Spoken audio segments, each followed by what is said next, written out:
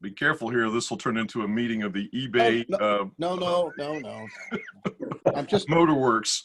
we're trying to help her get her car running, and I lost her phone number. Yeah. Joe, I never realized your last name was Laptop. That's right. I'm not even sure how that came to be. So, not sure how to fix that. Well, I think we've got one person on the phone whose phone number ends in 2301. Hey, Joe. Yes, sir. If you move your cursor down towards the bottom of the screen, a bar will come up, and in the middle of that thing says participants. If you click on that, 230 belongs to the you'll get a listing on the right-hand side, and then you can write, then there's a little 3 dots, I think it is, that by your next to your name, let's see where you are here. Yeah, so Joe's Laptop, if you then I think Yep. Let's go over to the video. Well, actually it's not, I guess I can't do it for you because I'm not the host. Yep, I think you've got it fixed. There you go. You got it. Excellent. Thank you. Yep. I have a little thing, a little red thing at the top right-hand corner that says REC. What does that mean? That is for recording. So instead of our normal podcast, this meeting we'll try and record it, and we'll add it. We'll at least add the audio to the podcast. Okay. So that's what you're seeing in the upper right-hand corner. Jim Gephardt, Yes. 404 Thank you. 626 626 7022. 7022. Thank you. I'm sorry to bother you with it. I put together a sheet of contacts for you. She was going to give that to you when we got together again next. I don't know that I have your email address. I can give it to you if you want it real quick. Let's do that. If you guys would like to type Go ahead, that Eric. instead of spell it out, anybody can use the chat. So the chat is, you move your cursor around on your screen. There's a chat in the down there where all the rest of those tools are. Okay. And that'll give you a way to type that. We're getting close enough here to time that I'm going to probably ask that you guys take that offline as others join. The hardest thing with a Zoom meeting like this is knowing how to interrupt or not interrupt when somebody's trying to talk.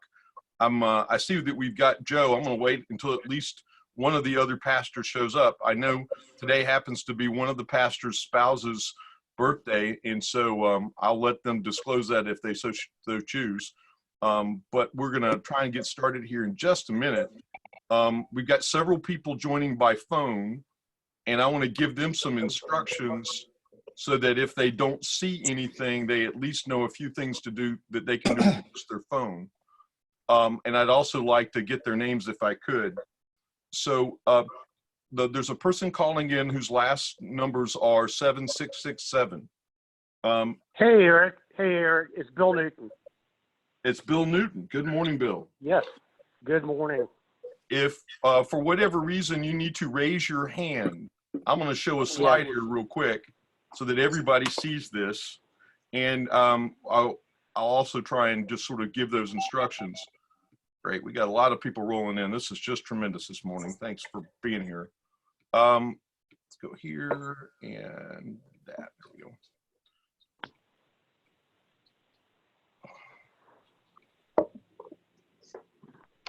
And I apologize, my video looks like I'm just washed out here, doesn't it? There we go. So can everybody see my screen? Yeah. Yeah.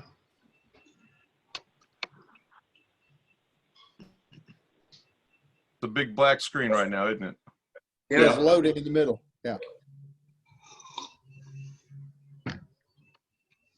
Now I have a picture.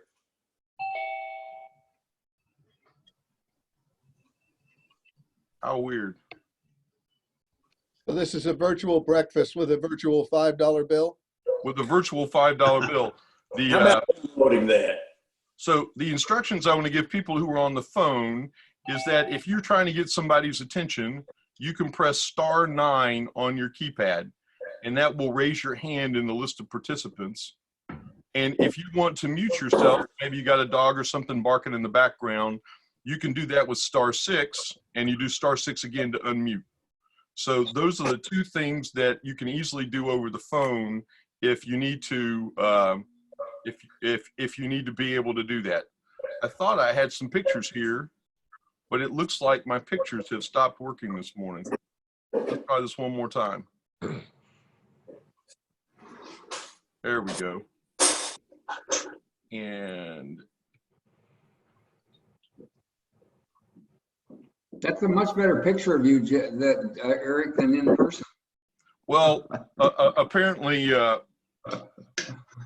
cartoon of me is a little easier to take than the real thing of me. I don't know why my There face you is so go. washed out. There we go. How about that?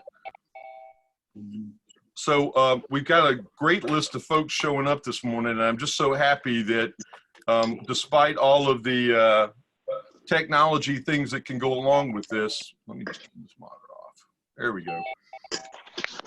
That we've got good participation this morning. There was one other person I saw on the phone, and they are 2301. Pop this back out again. And every time somebody joins, we're going to get a ring. I can turn that off at this point. Give me one more second here, and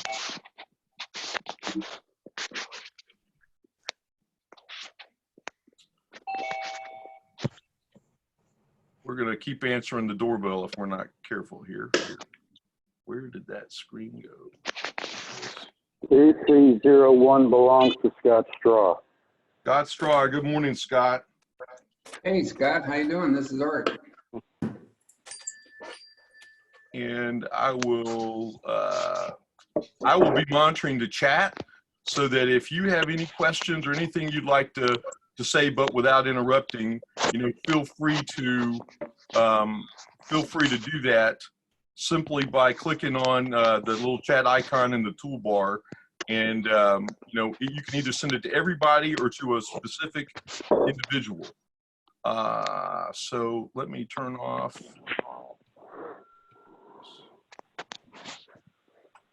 And I will introduce our speakers here momentarily. Well, I don't see a way to make it not ring during the meeting now.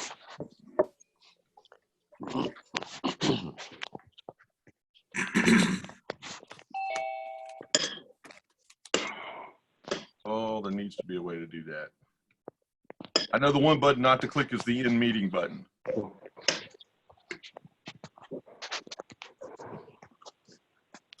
I bet there are a lot of people who wish that during a sermon they could kind of hit end meeting and end group or whatever and just kind of head home from that point.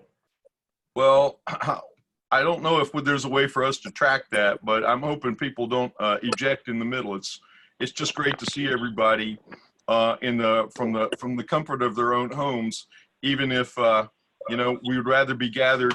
I want to thank you all and invite you to the first ever BYOB men's event at RUMC. I brought my own bacon this morning. I hope if you're looking for bacon, you were able to find it. But I wanted to start with just a quick thank you to someone in the choir who gave me some emergency bacon. I don't know if you can see this, but this is emergency adhesive bandage bacon for fixing whatever your woes are. We've really missed each other not being in the choir of late, with people being out and worshiping from home. I want to thank. I believe we've got Michael. Michael, wave back at us. And, hey everybody. Hey Michael. And Joe. Wave to us a little bit so people can see you. Good morning, everyone. Hopefully you're having a great week. Get ready to start. I'm so grateful you could both be here. And do I see Jeff here in the list? Jeff, are you with us?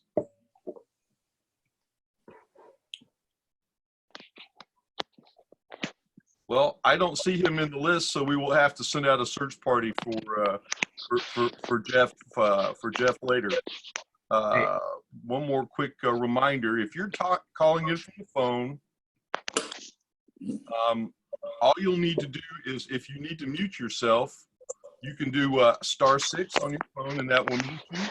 And if you need to raise your hand, if you'd like to interrupt and ask a question or whatever, if you'll do *9, I'll be monitoring the participants list, and that'll give us a way to know who would like to speak next. We're going to just be as informal as we possibly can this morning, because we're all new to this, and I've never tried to host a meeting with this number of moving parts in my life. But I thought we would start here with a ringing in the bell, and let's see if I can get that to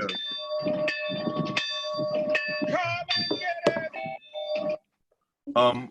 I appreciate so much people being willing to have a little fun from home. We normally ring the bell and invite everybody to go through the line to get food.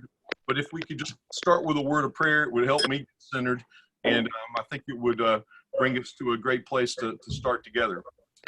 Dear Lord, thank you so much for bringing us together this morning under unusual circumstances, but there are circumstances that we learn to trust even more so in your path right now, even when we don't always know our path.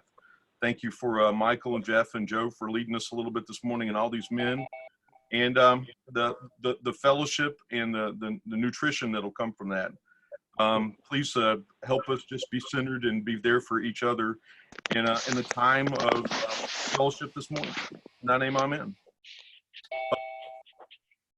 Amen. So we're super lucky to have several pastors with us, because the last thing you want to do is have me try and figure out how to do one of these things by myself. We'll start here with a little bit with asking, Joe, just to tell us a little bit about what's going on in his life, and I think he's had a busy week this week too, and have him hand the baton to Michael a little bit, and if anybody sees Jeff on the list, let me know. And we'll just take a few minutes and find out what's going on in the church and in their lives. Hey, Jeff.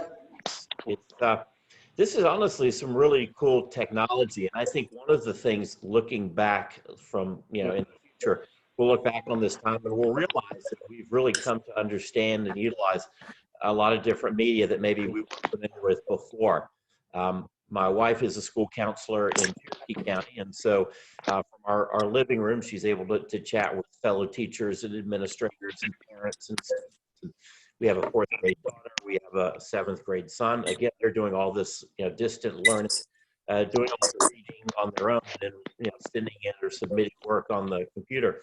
And then through ministry, my wife was sick for a couple of weeks, nothing related to virus stuff. Just stay away for a couple of weeks. Don't come near us. We don't want to get anything.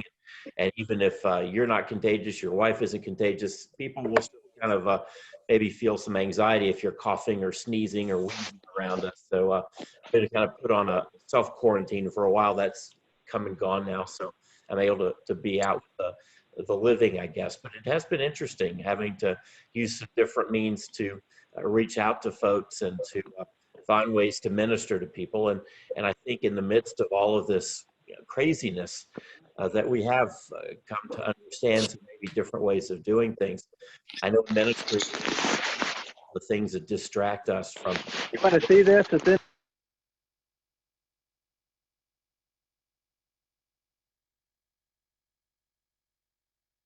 Sometimes they'll have Sunday games. I don't like it, and don't like when our family doesn't get to worship together. I know that their workload at school sometimes pulls them away from church or youth group or things like that. People are just crazy busy with work. People head out of town on the weekends. They go to the mountains. They go to the beach. They go to the lake, whatever. But now life has really just kind of come to a grinding halt for the majority of folks. And yet the church remains, maybe not as a gathering on Sunday mornings as maybe we often consider ourselves, but the truth is that people are looking for someone with hope. People are looking for someone with promise, with truth, and with power and purpose. And we know who that person is. And we now can point and lead and walk toward Jesus. And people can see just something special in the midst of the ways in which we respond to what's going on out there.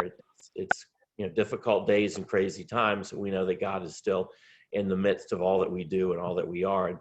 And I'm really proud of you, Eric, and others here who are coming up with innovative ways to stay connected, to continually lead us to a place of community and faith. And remotely, that's what we're doing in several dozen living rooms or bedrooms upon North Fulton and East Cobb. We're coming together to point toward the one who does bring hope and peace and power. So I think it's kind of a neat thing.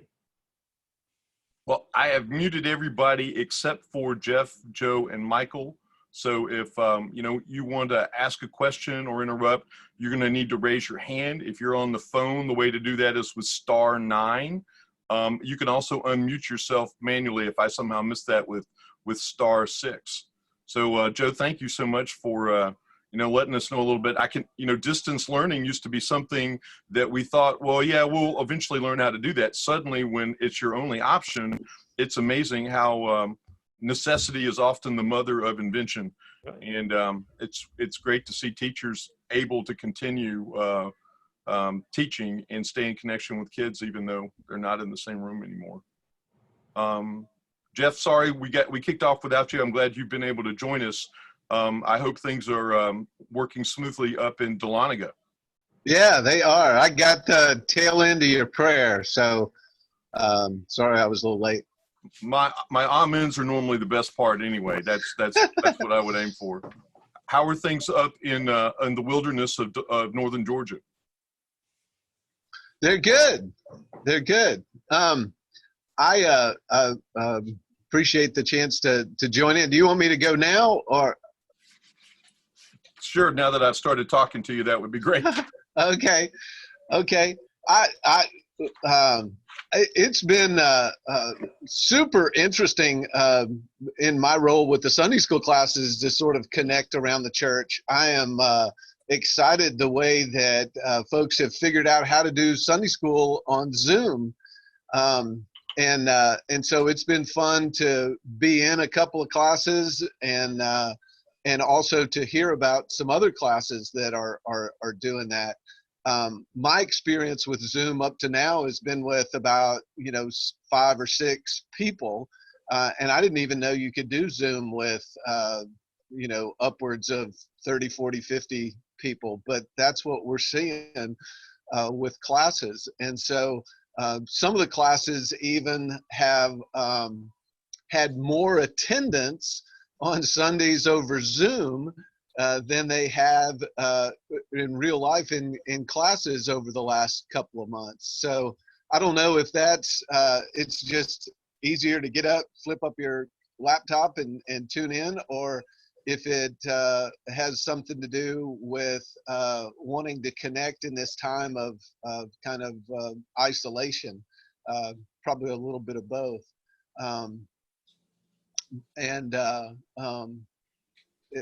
It's also been really interesting to see the way that as a church, we've been able to find some creative ways to reach out and touch folks through the noonday devotions and the Sunday services.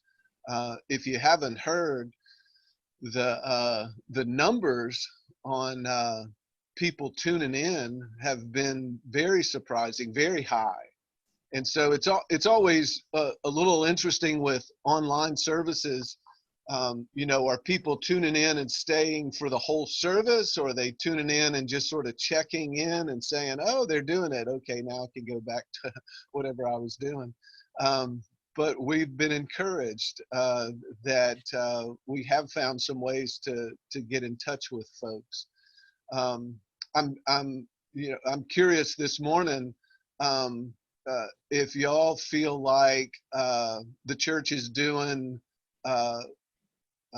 enough or too much or not enough in those kind of ways. We struggled a little bit with, how many Zoom calls to have, how many ways of reaching out to touch folks and communicate with people. If people are like, yeah, that's too much, I'm doing good, or no, thank you. I appreciate the chance to check in and see how people are doing. I know that with the church, we're also trying to have phone calls and connect with people that way, and have learned a lot. Have been able to help people with resources and put people in touch with each other, and try to find some ways to make life a little easier for some folks, and learn about needs that we didn't know. One of the other parts of what I do is connecting with churches around the conference, and it's been interesting. Small churches, like Joe was saying, that haven't been on any sort of media platform have suddenly had to try to figure out how to be in touch with the people in their churches, and so in some cases they've gone live on Facebook. In other cases, pastors have joined together and have created a Sunday dialogue between 2 or 3 pastors in kind of a sit-down grouping. So it's been interesting for all of us to try to find new ways to communicate. Family-wise, I've got a daughter that lives in Dahlonega, one that lives really close by, then another daughter in Asheville, and a son up in Richmond, Virginia. And so we have done this Zoom on kind of a weekly basis to play games and talk and just be silly, and have found that to be a lot of fun. Our kids, probably like your kids and grandkids, are comfortable with a lot of different social media apps that invite friends and do different things. And so that's been challenging, but it's been fun, and brand new ways of connecting with each other. So yeah, Jeff, thanks for tuning in today and joining in this conversation. Jeff, my brother's birthday was yesterday, and I normally look for some kind of terrible April Fool's joke to play on him, but instead we got together with my family, my parents, on Zoom. My parents are using Zoom, their church is using Zoom, and so it really probably meant a huge amount to my dad that he actually got to sing happy birthday to his son. And you know, it's just great to see more people trying. And even when it doesn't work out smoothly, the effort it means a lot. I know, Michael, you have a big day in front of you, as a Thursday has turned into the new Sunday. Yeah, it has. Back to your April Fools, my wife yesterday, because our oldest daughter's in the 5th grade, and somebody created this meme, and it said that Governor Kemp has ordered that all students have to repeat this year's classes all over again next year. Oh, that's terrible. So yeah, there were a lot of tears in our house and probably many homes. But yeah, Thursday is the new Sunday in the life of RUMC. I'm getting ready to go in a bit and record Palm Sunday and Easter. It feels weird. And I'll be doing that in an empty house.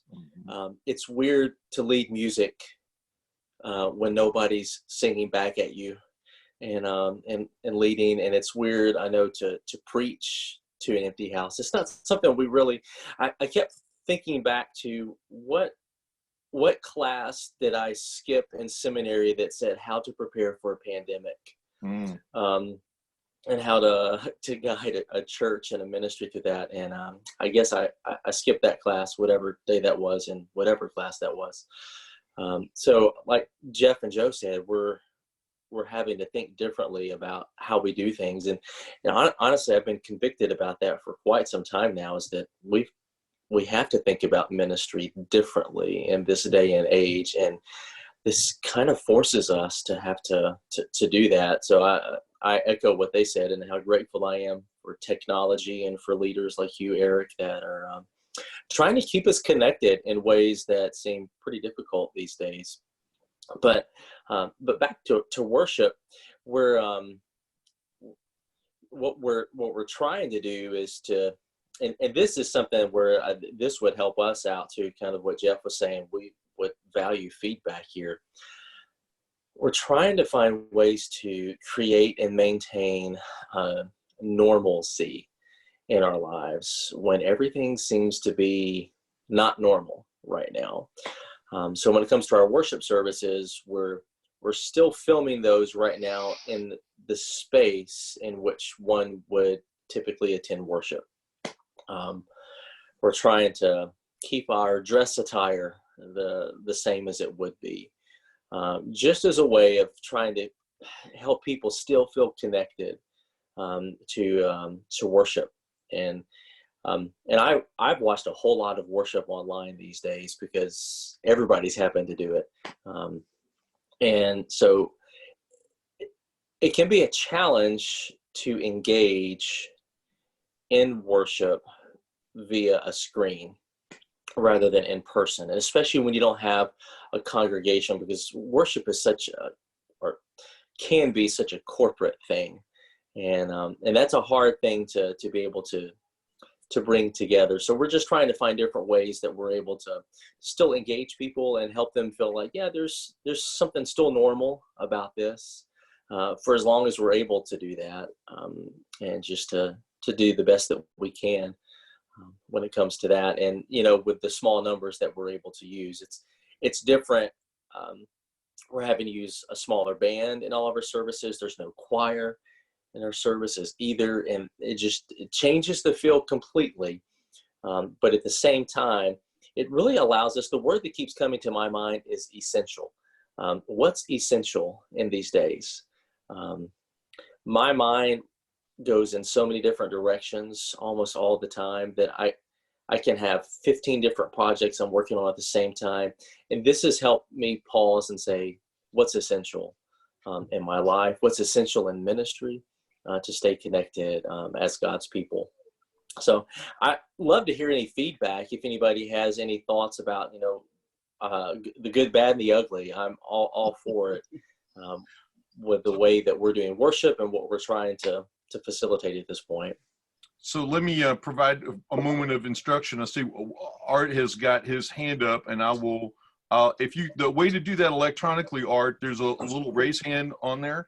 If you are on the phone and you don't have the mouse controls or whatever, it's the *9 or the *6 will simply unmute you. And so, Art, go ahead and ask your question, and we'll try not to have 40 people step on each other. Okay, thanks. Well, thanks, excuse me, Joe, Jeff, and Michael for being here this morning.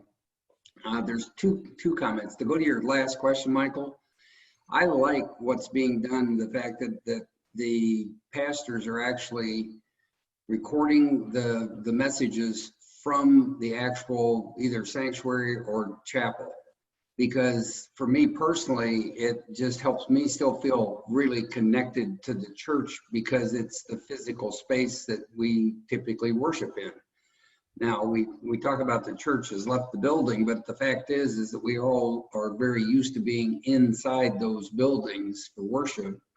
And so to me, there's a real connection by the fact that you guys are actually doing the broadcast from those locations.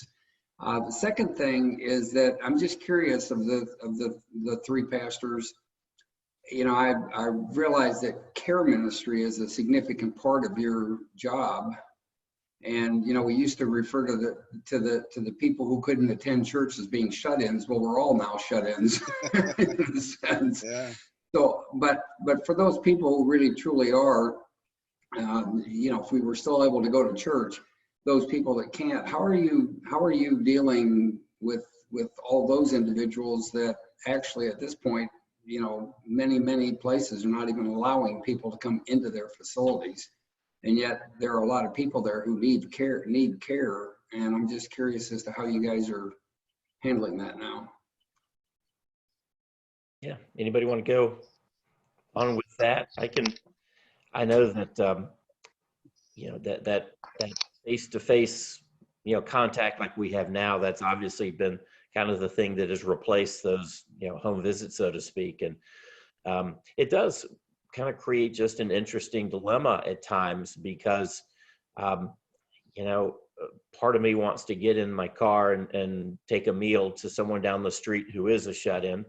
But then I have to realize, well, social distancing isn't just a recommendation. That's something that we're pretty much, you know, called to do, a mandate to a certain degree, because we're called to do things to, well, as John Wesley said, to do no harm. And so we're faced with a lot of different internal, you know, stuff at times because I desperately, I'm a people person. I like to be in contact and relationship with people. And now that looks a lot differently than maybe it did before. Jumping ahead to Holy Week next week, I think of Maundy Thursday.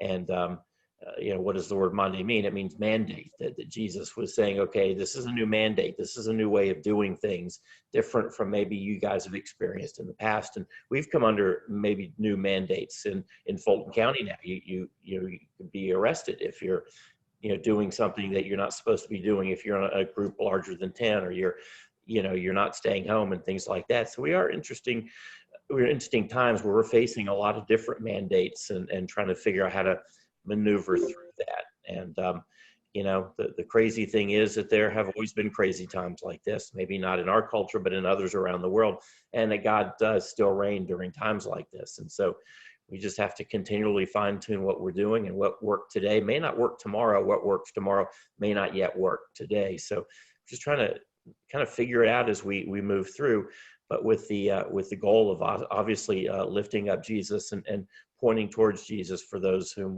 with whom we come into contact. Well, I want to thank the church staff who has made a tremendous calling campaign. I know there've been thousands of phone calls out to the people on the membership rolls. That is a you know, can turn into a long conversation, can be a short conversation, but I've really appreciated the personal touch that is required. And it's just been great to see the conversations that you would have never had any other way that have come out of that. So thank you so much for all the people who have been making those phone calls. I got Chris, do I have that right? If you will, you raised your hand in the lower left-hand corner, but I don't, oh, there we go. Brian. Cool. Let me see if I can unmute you here, Brian. Yeah, I had a comment about that, about wanting to take a meal to someone. Some things that we've done just for loved ones is give them a phone call and then hop on Postmates or Uber Eats or Grubhub, and usually the time you're spending talking to them, you could order and have the meal delivered while you're talking to them. And it just kind of surprises them. So just a thought, if anybody wants to do that for someone you know or love. And do you do that from within the Uber app, or is it a separate app that you go through to do that? I do it on the Uber app. So usually we'll be on my wife's phone and then using the app on my phone, or, you know, vice versa. Well, it's amazing what technology will let us do from the convenience of our phones. I think the millennials will operate the entire universe eventually from their phones. And for Uber, it is a separate app, Uber Eats app. So you would have to get the Uber Eats app. But then there's also Grubhub and Postmates, and a lot of our local restaurants in Roswell are using all three of those. So if you don't find the restaurant you like on one service, check the other two. Great idea. Great idea. Anybody else have any feedback? I appreciate, you know, everybody's willingness to share both, you know, easy experiences that they've run into, conveniences like Brian was just saying, as well as if you've had a, you know, you thought it was a great idea, you tried it out, it wasn't a great idea, you might save us all, you know, stub toes if you'd be willing to share that as well. Hey, Eric, this is Art. I do have a question. Has anybody done a virtual communion? Because that's the one thing that I have really missed, because we do that regularly in Chapel Roswell, and obviously that's gone away. So I'm just curious, has anybody tried that, thought about it? I was just talking with my wife about it the other day, that hey, why don't we get a bunch of our friends together and do a communion? I was on a Zoom call yesterday with the Berean class, and I'm going to lead them through that on Easter morning during their Sunday school time. I haven't done that yet, but we met yesterday to kind of plan and talk about how that was just going to work. Yeah, I saw that Jesus's Zoom call. So yeah, that's something we're doing coming up. Thanks, Scott. Well, I know social media has been all abuzz with folks finding new ways to connect. I'm not much for Facebook. Cami makes up for that for the both of us, I think. But I do spend a little time on LinkedIn, and I spotted one of our own posting something mostly for his company, but then as it went a little bit viral, it did my heart good to see, in this case, Charlie Dino sort of reaching out of his comfort zone. He looked relaxed on the back deck, but Charlie, would you mind talking to us a little bit about what was going through your mind and what led you to change the way you've normally communicated with your work friends? You're on mute. Oh, let me unmute you here.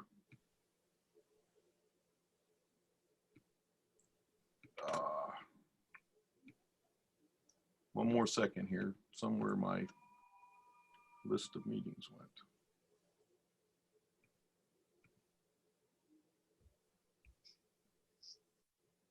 One more second here. Sorry, Charlie.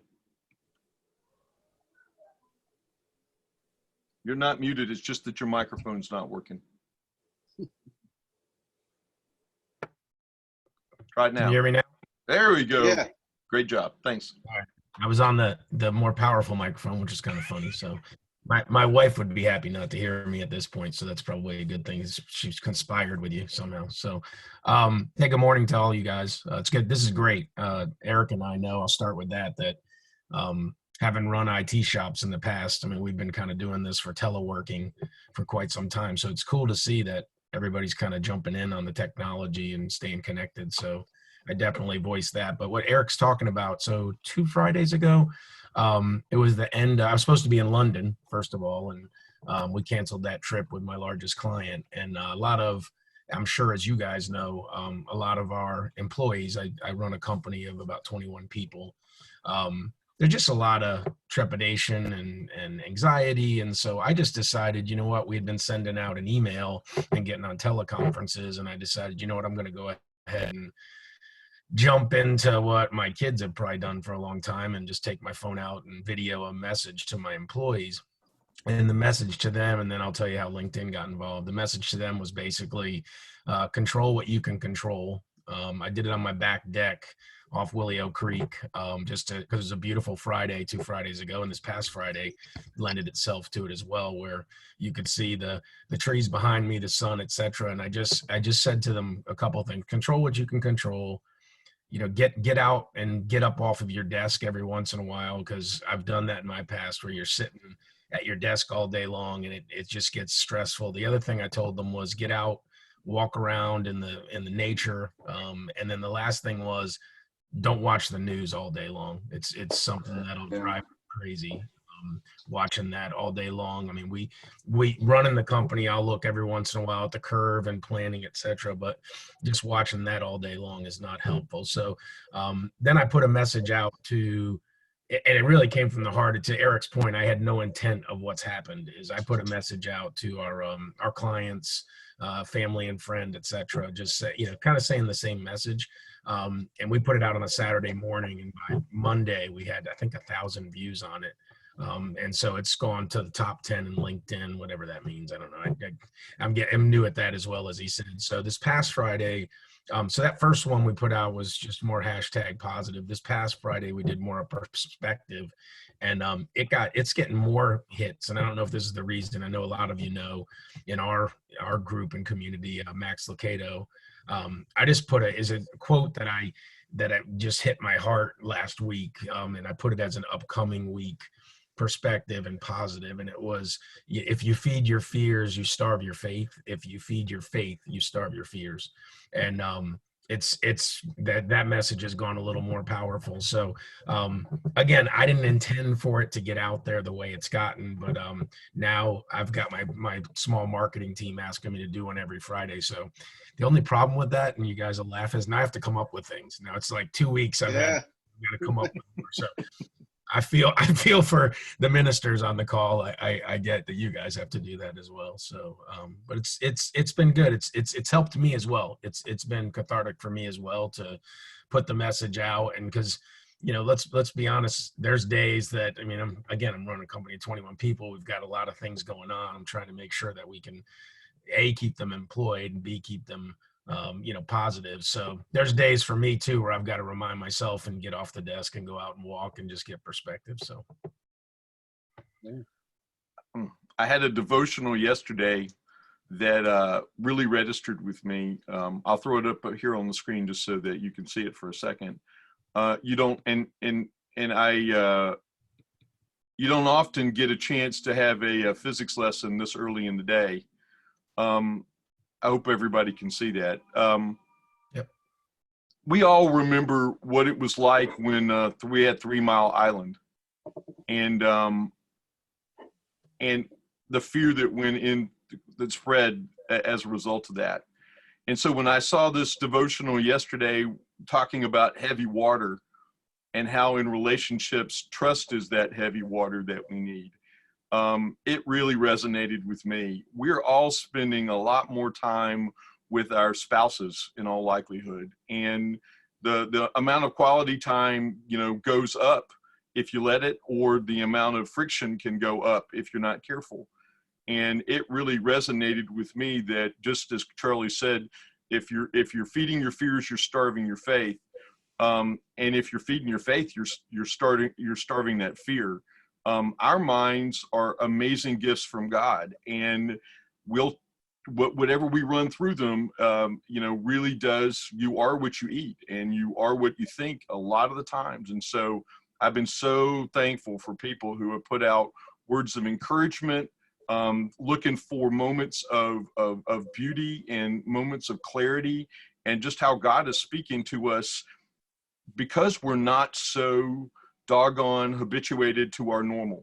We've all had to find new normals. And so it has just been exciting to me to look for that in each and every day. When, you're out, even I went to the ATM, was my only trip out in the last 2 weeks. And, no one walked up to the ATM while I was there. They sat in their cars. It's just a very different set of expectations right now. Joe, I know you're preaching this week in Chapel Roswell, right? That's right. We obviously we're kind of commemorating Palm Sunday, and it's always fun because for a lot of folks, just even the concept of Palm Sunday and even the concept of Holy Week, it may be a new experience, something with which they've never encountered. And so it's always a fun opportunity to kind of introduce something new to folks. And for those who have been maybe in church for years, maybe all of their lives, I think God opens our eyes to a lot of different things as well. And so we obviously on Palm Sunday, you look at the triumphant entry into Jerusalem by Jesus and his disciples. But at the same time that was going on into one side of the city, on the other side of Jerusalem, Pontius Pilate, the governor of that region, he was marching into town with a military parade. And so you've got these two positions, juxtapositions, I guess, with two different entrances, two different processionals, if you will, into the holy city of Jesus and his group. And then you had the military might of the Roman Empire on the other side, and sort of contrasting style that each of those had. And it's that contrast that takes us all the way through the culmination of the crucifixion. And obviously that leads to the resurrection. But Jesus has a way of doing that, of coming in maybe ways we don't fully understand or maybe can't see at the time, but we can look back and see that God was doing some really, really powerful things. And I think that through Palm Sunday leading us into Holy Week, that's what we'll encounter, that our divine creator is coming up with ways all the time to open our eyes or our hearts or our ears to things that he's doing, and how powerful it is to kind of realize that, and then how powerful it is obviously to get to live that out.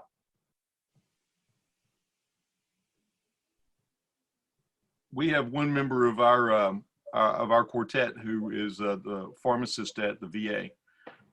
Head pharmacist, I forget exactly what Jeff's title is, but each time we, catch up a little bit and I hear about the protocols that they're going through to try and be able to provide care, but in as safe an environment as they possibly can, both for those receiving the care and for those providing the care. It has been inspiring to me. He's long hours. I kind of wondered if he would perhaps join us this morning. Normally he's at work by 6 o'clock. Right now, they take their temperature and everything before they're even allowed to enter the building. I'm sure we've all got stories of caregivers that are either in our families or in our, that we know firsthand. And, they are, they're first responders right now in a way that is a remarkable witness for how they care about their fellow man. And, I have just been grateful to hear those stories firsthand and secondhand.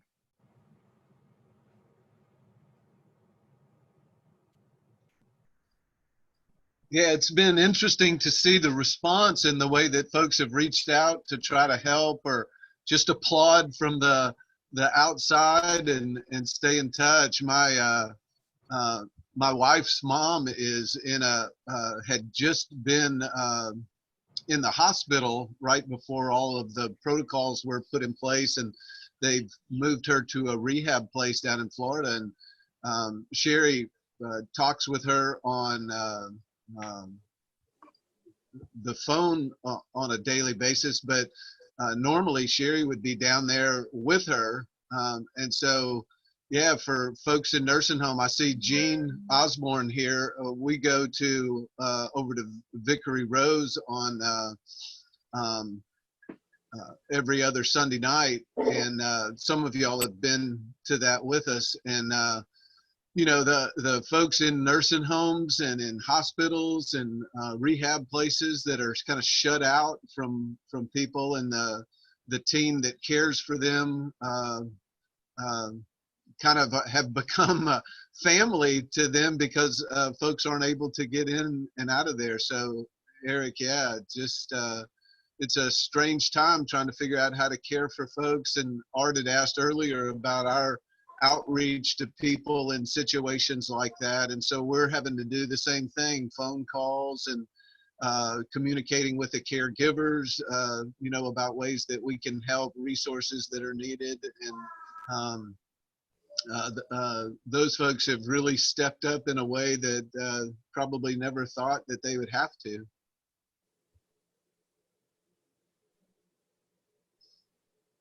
Each situation is a little different, but the phone call, and I really like the idea of ordering the food delivered while you're even on the phone with them. I think that's a great example of how to care for each other.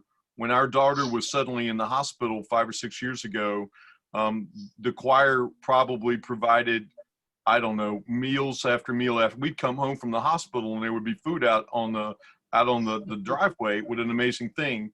But a situation like that is different. That's where it happens to one family, and we know how to rally around that family in their time of need.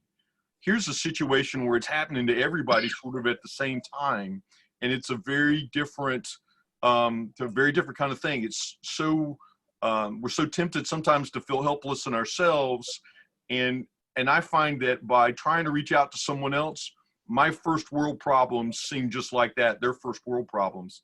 But if left to my own devices, I can turn whatever my little worry is today into as big as my brain can hold. You just got to put other stuff in your brain, or whatever your worries are, will crowd things out. So any mechanism we do that, I have to sing every week, or I am not a healthy person. And so without choir rehearsals, without quartet rehearsals, without our social fabric has really gone down. So when Tom asked, hey, stand and sing, I will be one of those to stand and sing. Cammy looks at me a little strangely saying, that was metaphorical. I said, no, we got to stand and sing. Someone raised their hand. Go ahead, Larry. Let me see if I can unmute you.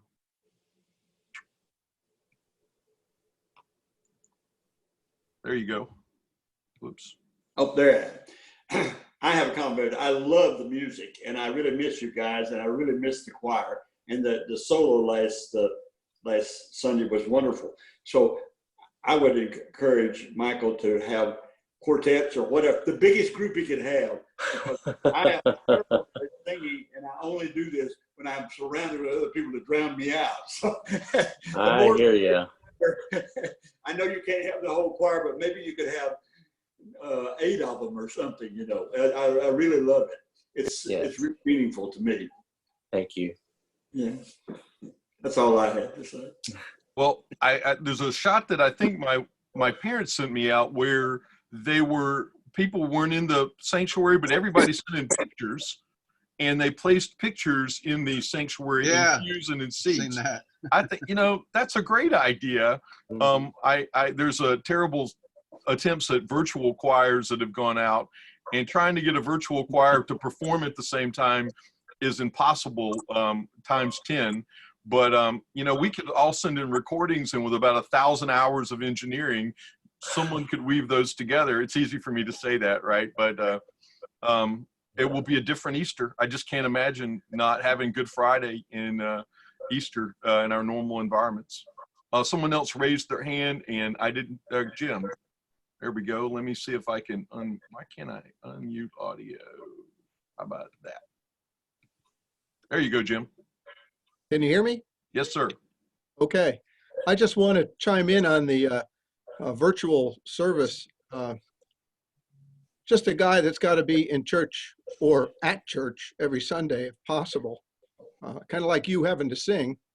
And I still haven't mastered standing up in front of a flat top, laptop screen and singing to it. I mean, it's really a little strange, but I really appreciate the sermons, which I think have been outstanding, and the music, and most of all, the organ.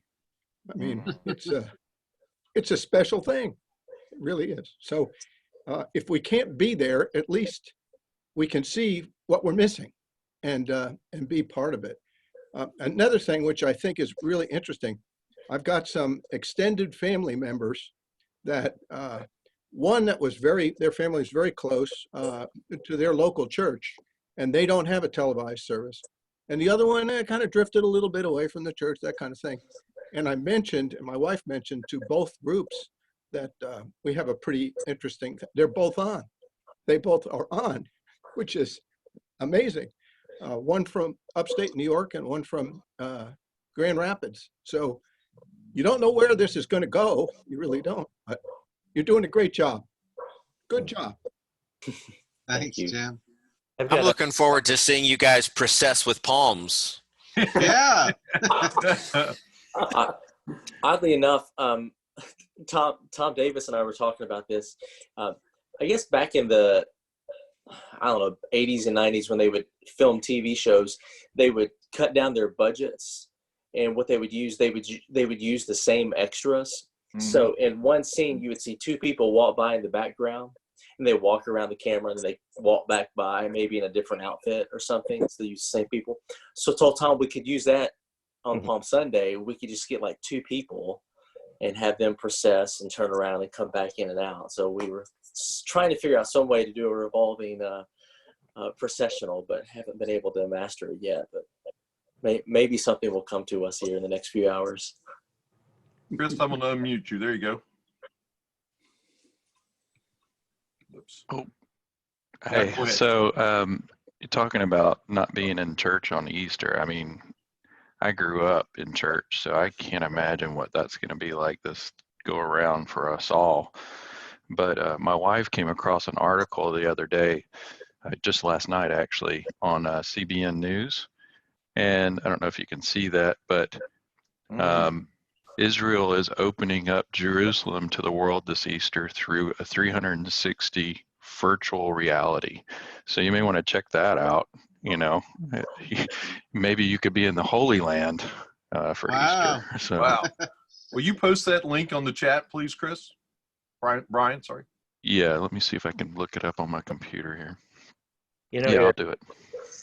Eric, one of the things that I was thinking about as we talk about the just the power of inviting a neighbor or a friend or a relative to church, and now it's so much easier when you talk about, you know what, you don't have to get in your car, you don't have to dress up, you don't have to come find a parking spot, you can live wherever you want in the world, and yet we can still worship together. So what a powerful tool to be able to remind somebody and invite somebody to be in worship with us, even if it's not live. Maybe they can watch the service later on. So a lot of opportunities for evangelism, maybe even more so in this day and age, because there aren't a whole lot of other things that people are looking toward, but they are looking towards something of hope, and that we can provide.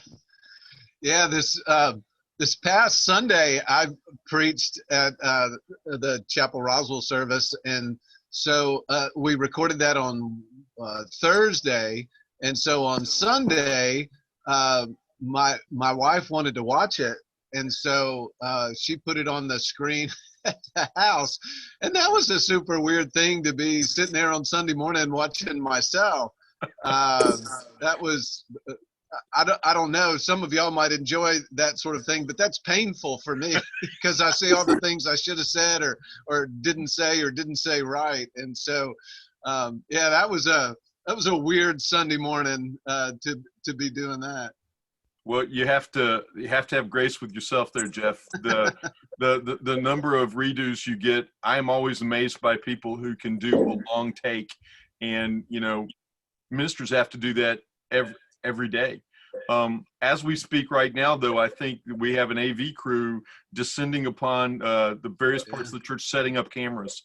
For us to have services on Sunday, it is a long day. I am hoping that we will get a chance maybe to talk to the AV team on a men's breakfast in the future, because, their workload, their whole world got turned upside down, and a lot of that's volunteers. And I'm so grateful for the talent and for the vision in making that all work, because it is a marvelous thing to know that every Sunday we are having a fresh experience prepared for us that will help us worship together. It's great for me. I get to finally attend both Chapel Roswell and Sanctuary and my normal Sanctuary services, because now I can watch, easily participate later. Or I try not to do two screens at the same time. That just seems wrong. But so much of work has gone in here that none of us were planning to do 3 months ago. We had very different plans. Right. To piggyback on that, those of us that you see on the screen, there's a lot of time and energy that goes into what's done on screen, but the preparation that goes into that to set up all of the equipment, and then the editing that's required. That's why we do things on Thursday. So these guys are working their weekends now, editing to get things ready to go for, quote, live streaming on Sunday, and then on demand as well. And I've been blown away by our AV team and our production team, and their willingness. Their spirits are incredible. I'm sure they are working very long days and nights to get this done. So I encourage you, if you find a way to be able to say thanks to that team, just to go out of your way to do that, because they are the ones that are really putting in an incredible amount of time and energy and doing a great job at the same time. It's not just kind of done halfway. They want to do a good job with it. I feel like they're doing that. So it's been really neat. From a staff perspective, I'll say this. I've seen a lot of us come together and work more closely now than we've ever worked before, at least in my time in the church, because we're forced to. We're really having to really make sure the things that we do have meaning behind them, that they're done well with intentionality. And I've seen so I've seen great relationships continue to strengthen on the staff, and I'm grateful for that, because we have such a large staff. It's easy to be isolated. You know, the worship arts, we live in the sanctuary building. Well, Joe and Jeff and their teams, they live in, you know, the B building close to the chapel. So we're a distance apart, but this has drawn us closer. So it's interesting, though, even though we're having to do so much via digital, it's drawn a lot of us a lot closer to have to work through this. And I'm grateful for that experience. And I was thinking, if this had happened 10 years ago, I'm not sure we would have the technology to be able to do what we're doing right now. It'd be crazy. So for just the provision that God has in our lives to be able to lead, you know, through technology and advancement of time, I'm grateful for that too, that we're still able to stay connected. And I know that the Sunday nights chaos has gone virtual, and you know, it's been exciting to see what they've tried to do. I think the first night they learned the hard way that you can set up mini meetings on Zoom, but you can only run one at a time on a given account. And great lesson learned. The next week it was, you know, even better. But it's the C building I think of on campus right now, that we have a lot of programs that meet on our campus as a part of, you know, continuing someone's journey. And a lot of, I don't have any idea how they're managing to move forward. But, you know, there's an opportunity for prayer, because those people who are already in the midst of some part of, you know, crisis or recovery or an addiction, having been cut off from those encounters that are so important to their week to week. I don't know what they're doing. Is there, can we talk to that a little bit, or maybe it's just a theme for prayer? I do want to take a minute for prayer concerns here before we wrap up. But, you know, my prayer is that those who are new, who come to our campus every week for something that is essential to their day-to-day treatment or week-to-week treatment, their families are having to absorb a lot of that that need right now. And those families, you know, really do need our special prayer time, because they've been cut off from something that they have always come to expect from RUMC. Yeah, the C building has enlisted this same technology, so they're meeting via Zoom, and the counselors all across the country really are, you know, continuing practices and contact with folks in this, and you know, that's a whole new other layer of service providers that need our prayers, because obviously anxiety and fear and stress has ramped up, and so they're trying to deal with that with clients and people. And but yeah, we're able to, I think, meet. Most of our groups are meeting via Zoom. That's great to hear. Some other technology. Yeah, you know, like it or not, you guys are all televangelists now. Right. Yes. Well, and I think, correct me if I'm wrong here, but we're, you know, because we have this whole shelter at home that is going into effect now, but I believe the counseling center is considered an essential operation. So, you know, I think to an extent, they'll still be able to function and operate. Probably not to the capacity in which they're used to, but I think at least we're still able to provide resources to folks that really need resources in that realm. And with that, I've got to head out. I've got to get ready to go in, and it's my wife's birthday today, so I was hoping to spend a little bit of time with her before I have to go in. But thanks, Eric, for organizing this, and for each of you for being here and for your continued support of RUMC and the community. It was a blessing to be with each of you today, and hopefully we'll be together physically before too long. But in the meantime, we'll figure out creative ways to stay in touch and stay together.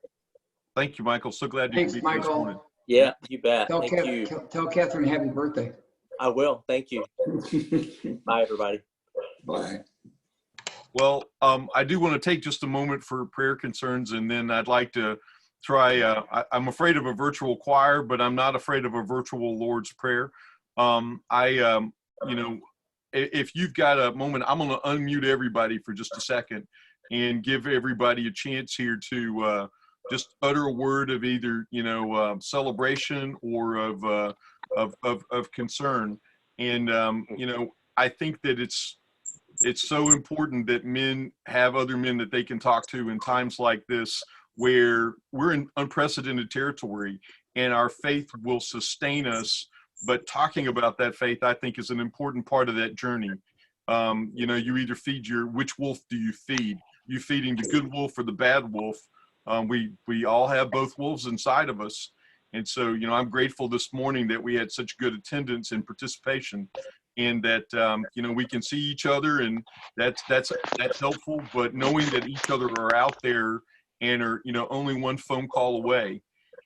In the email that I sent out, there is a link to an attendance kind of survey. If you wouldn't mind filling that out, that would be great for me.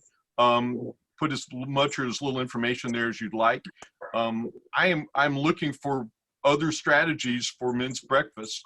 We may do a Sunday school class to provide some leadership for each month. If you've got other ideas, let me know.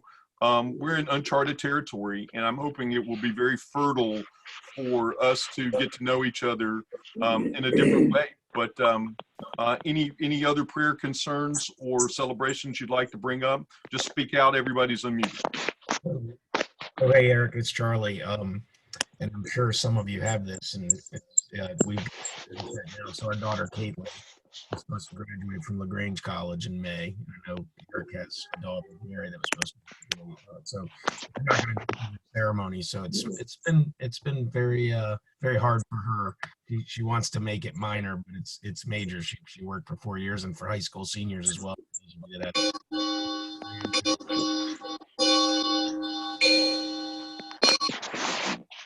So just pray for those, I would say. It's really tough for them.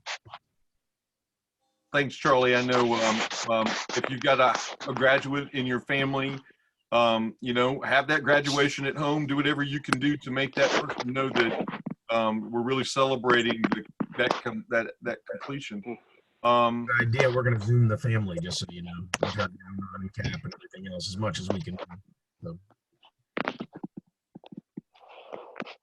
Well, I want to thank both Jeff and Joe and Michael for being here this morning and providing a little context for what's going on at the church and a little pastoral glue to our conversation this morning. If we could bow our heads, I'd just like to close this in the Lord's Prayer and hope that I say it all the right words in all the right orders.